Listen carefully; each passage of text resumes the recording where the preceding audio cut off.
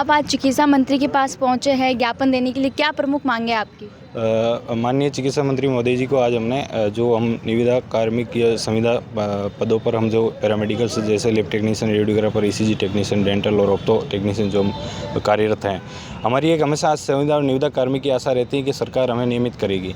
प्रशिक्षण, medical professional course के प्रशिक्षण के बाद हमेशा सरकार के साथ में सहयोगात्मक रूप से हम जैसे मुख्यमंत्री निःशुल्क जांच योजना या किसी भी प्रकार की सरकार की चिकित्सा सेवा की योजना को सफल क्रियान्वयन में सबसे बेहतर भूमिका रीढ़ की हड्डी के तौर पर हम पैरामेडिकल्स काम करते हैं।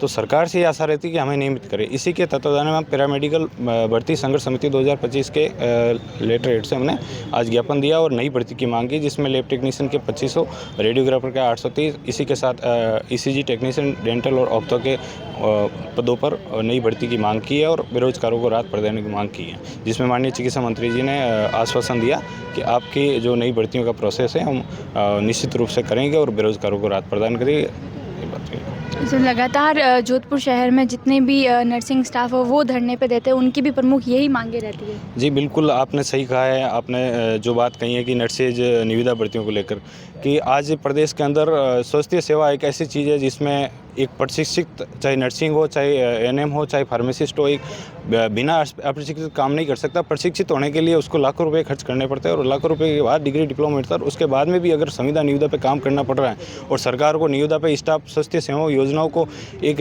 निजी फर्म या टेंडर के अंदर दिया जाता है, तो निश्चित रूप से सोचने और विचार करने का विषय है। क्योंकि जब सरकार के पास सीधा ऑप्शन है, सरकार के द्वारा प्रशिक्षित स्टाफ स्वास्थ्य कर्मचारी उपलब्ध हैं, तो सरकार को नियमित भर्ती पर जोर दिया जाना चाहिए। और निविदा भर्ती अगर होती है तो निश्चित रूप से एक फिक्स टाइम पीरियड या उसके एक सेवा नियमों के प्रोसेस के अंदर, जिसमें कलेक्टर या प्रिंसिपल मेडिकल कॉलेज या वहाँ के हॉस्पिटल के सुप्रिटेंडेंट को एक अध्यक्ष कमेटी बनाकर उनको भर्तियों को करवाया जाना चाहिए, चाहिए निष्पक्ष रहे। क्योंकि निजी फर्मों की मनमानी इतनी होती है कि आज स्वास्थ्य सेवाओं को मतलब एक फिक्स मूल्य के अंदर बेच रखा है। तो निश्चित रूप से एक नर्सिंग कैडर्स हो, चाहे कोई भी कैडर्स हो, लैब टेक्नीशियन कैडर हो, पैरामेडिकल का कोई सर्टिफिकेट कैडर्स हो, उनके लिए नुकसानदायक है कि ऐसे में कैडर्स ही खत्म हो जाएगी और नियमित भर्तियाँ नहीं हो पाएगी।